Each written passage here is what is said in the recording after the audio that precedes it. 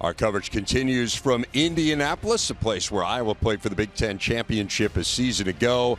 Only two guys have won more games than Kirk Ferentz as a Big Ten head coach. They are Woody Hayes and Amos Alonzo Stagg.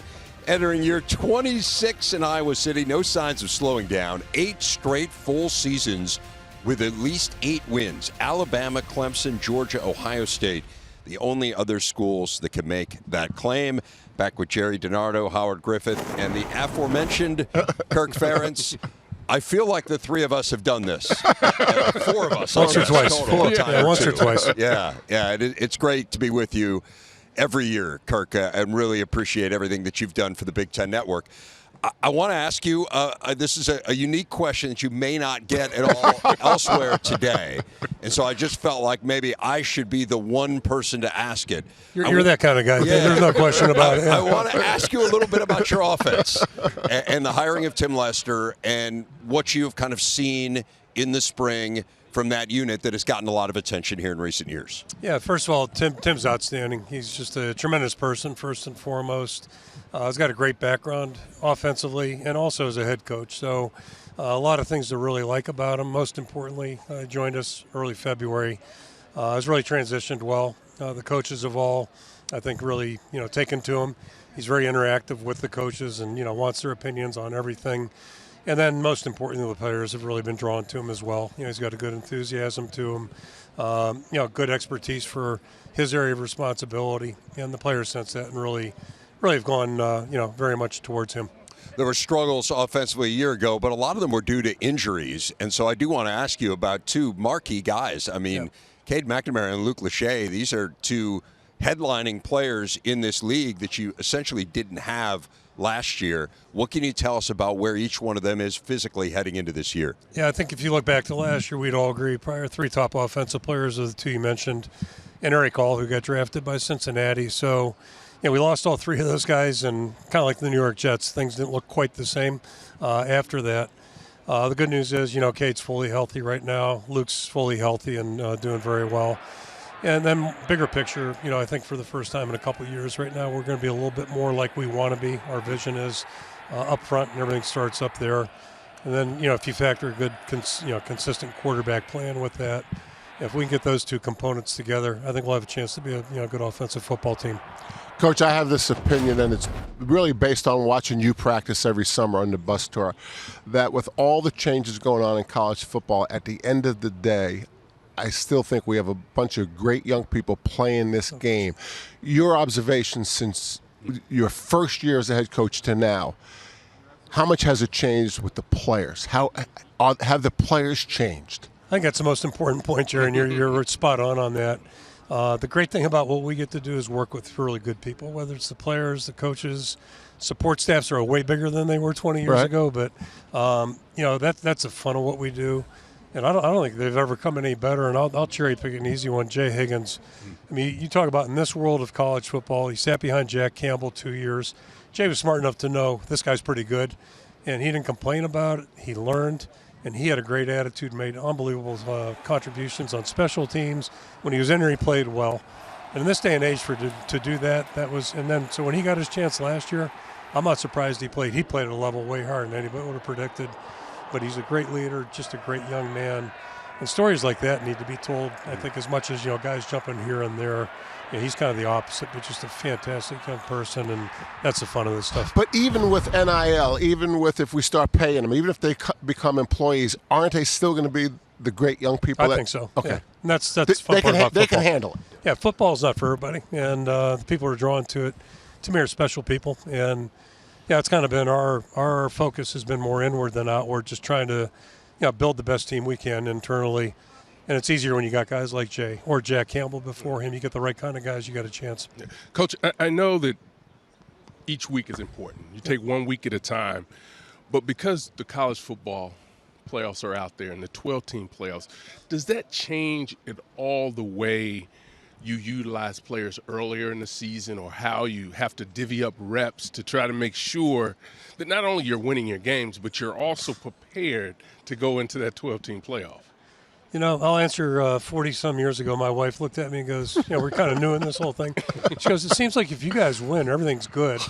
And if we lose, it's not so good. Yeah. So I was like, that makes sense, Mary. Yeah. It made a lot of sense. And it really hasn't changed much. You got 12 games. I know we're going out west one time. Mm-hmm. We're not going on a stagecoach. It's going to be a plane, charter plane.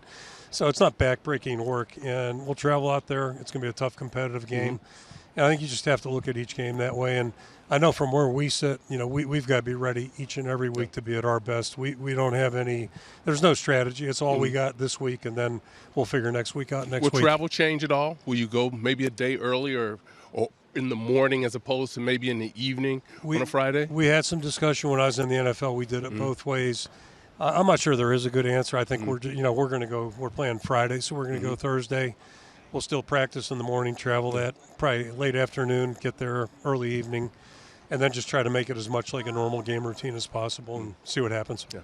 Your offensive line seems to be healthy. Your defense seems to be veteran, maybe one of your best defenses. Do either or both of those things change the way you're going to address training camp? Yeah, I think so. My message to our defense is, our biggest challenge is probably complacency. And, we have some good production last year. Mm-hmm. Last year's last year, and, production's production, but we don't get any points for that this year, so we've got to go back to work. And you want everybody on your team thinking about improvement and getting better. And we're lucky we have good guys there, so I don't think they're going to need a lot of reminding. And offensively, I feel like for the first time again, we're a little bit more veteran up front. Yeah. I'd say to right now, I think we have 7 guys that are capable of maybe having starting roles, which is something I couldn't say the last couple of years, but I think we're finally at that point. I think the quarterback's in a better position right now to keep those guys healthy and just see how everybody else comes along. But I think we have a chance to be decent. Yeah, keeping those quarterbacks healthy, obviously a priority. But away from the field, how have you seen Kane grow with the team as far as his leadership and that sort of thing? It's a great question. I almost feel like he was trying to do too much when he got here. And we recruited him to be a leader. That was, part of the attraction, watching him play at Michigan. But that's my biggest concern as I sit here right now. He is an important player. Everybody knows football, quarterback's the most important position. He touches the ball every play. But really all he's got to do is enjoy being a senior and go out and play his best football. If he does that, he's going to put us in a good position. I'm confident of that. And I think, it's probably, if anything, we'll have to, throttle him down a little bit. It was interesting hearing you talk about the defense and saying the one thing you worry about a little bit is complacency. It feels like, for whatever reason, you've been able to avoid that through the years. I mean, Phil Parker, it's year in and year out. You guys have fabulous defenses at the very top of college football. So maybe part of it is helping your team avoid complacency. But what are the things that make him so good, where just year in and year out, we as media members and your fans and your team can depend on you'll be good on that side of the ball? First of all, I was so glad to see Phil get the Broyles Award. Yeah. To win it at a school like Iowa is not easy, and there's other schools like us, but usually it goes to a little bigger name school. So it was so deserving. This guy's had 2 jobs since he quit playing football. He's been at Toledo and Iowa. And he is a football coach. Phil's not really one to tend to lean to the complacency side, so that's a good starting point. But we got a great staff, and the guys we get to coach are really outstanding. So, but that was a building block 25 years ago. We hired Norm Parker. It was to build a good defense. Yeah, I'm a dumb line coach, but one thing I figured out in all sports, if you play defense, you got a chance at least to be there at the end of the game. And if you don't play defense, it's a wild ride, and it's up and down, and we don't want to be on that train. So the guys have done a wonderful job. I think we got the right guys. Now we have to stay healthy, and we've got to, we've all got to be thinking about getting better, and that's everybody's job. I do want to ask you a little bit about the sport more globally, just obviously given the incredible perspective that you bring from all your time in it. What do you think are the biggest challenges right now in terms of the governance of college football and getting it to where you believe it needs to be? Yeah, I certainly don't know all the answers, and there's so many different hurdles that have to get climbed, I'm sure. From a simplistic standpoint, coaching in the NFL 6 years, the beauty of that league is there's a salary cap, a maximum and minimum. So everybody's in a certain range, which is college football, and it's always been that way. But there are rules about free agency and all those kinds of things. We just don't have structure right now in college football, unfortunately. This is all new territory, so we got a lot of work to do to harness this stuff in. That's an issue, and then the other issue that's not here right now, and the NFL has this, is transparency. So last wintertime during the free agency period, you don't know what a team's offering somebody else. But when it's all said and done, it's a matter of record. So you can go back and look at what the prices were last year. Ultimately, you pay a player. What do you think he's worth? And somebody else does the same thing. But at least to have some things where you can make intelligent decisions and go from there. But we lack all that right now. It's just kind of a free for all. And right now it's sustainable, but it's not over a long period. I strongly believe that. So at some point, we have to find a way to harness this in. I know there's Title IX implications. I know there's a lot of things to consider. It's not that simple, but somehow, some way, we're going to have to find a formula that works, and so we don't ruin a really good game. How much input have you gotten as you've pondered some of these ideas from players? How much have you kind of picked their brain of what works for them and what doesn't? Yeah, I talk to our guys about what do they think is fair, and part of this equation with NIL is you want new facilities or do you want a bigger pool. And so, there's a lot, but I think player input's really my concern is I want to make sure guys on our roster feel like they're being treated fairly. And, again, everything starts that way, and then if we have to patch a hole or fix a hole, we'll try to do it from the outside in. Again, you've been a head coach so long that you get all these kind of questions. When was the last time college football was challenged in this kind of environment? I don't think ever, Jerry. I think you'd probably agree. You scholarship limits, maybe? Veterans. Yeah, they when they put the limits back and all that, and I thought that was good for college football to create more parity. But these are really uncharted territories. I think we're all aware of that, and they're complex answers. I know that. I'm simplistic in my view, but to work all the details out, it's going to be interesting. Just this next 12, 18 months is really going to be interesting, and I feel pretty good about where we're at now to January. After that, I have no idea what it's going to look like. Can you get all the coaches in the Big Ten on the same page? Is that possible? That'd be my first hope. And that's one thing about being in a conference, at least hopefully we can all see the world semi the same way. So we all play kind of by the same rules. And then, what other people do, you can hope to influence, but you can't necessarily dictate.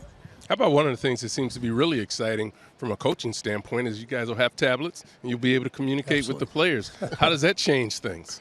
Yeah, we're catching up to high school football. Right. Is that what you're saying? Yeah, this is great. I didn't want to say it. No, it's unbelievable. High school football's been doing it forever. I was like, okay. That's great. But, the helmet-to-helmet is, it's good for the game. It's just good for the game. It's good for us because we're going from an offense that was pretty condensed in terms of verbiage. Now we're in a very verbiage-heavy offense, so it's a perfect timing. But it's just good for the game. And then the tablets on the sidelines, it was stills in the NFL. I'm a little worried now, but we have too much information. That's going to be – we're going to have to work on that as a staff, not trying to do too much with the information we have because it's quick turnaround on the sideline, but information's good. But even with the players, just being able to get them to communicate more with you guys at that point, I think will be really helpful. Good. Yeah, it's good for the game. Yeah. Have you enjoyed implementing a new offense? I mean, you spent a lot of time with the X's and O's. It's invigorating. Anytime you do something new, or you get thrown in some water that you're not used to, and it's a little bit uncomfortable. And I'm still trying to learn some of our formations and motions. It's I get it. And so I got you're always trying to decode. Okay, right. and what I know is how it works. Yeah. A quick story: when we went to Cleveland to Baltimore in '96. Ted Marchibroda came in, had a new offense, and I'm looking at him with my head turned, and I'm like, Coach, this is going to be tough. I'm thinking about our guys. So fast forward, the players get there, we start going. These guys had no issue. The players in the room, the only guy who was struggling was the old guy sitting in the back there, the guy coaching. And so I finally caught up. But they're going through that now. So it's been fun. When you said Ted Marchibroda at the podium, Howard and I looked at each other. There you go. There's only three of us that know what we was talking about. Exactly. So true.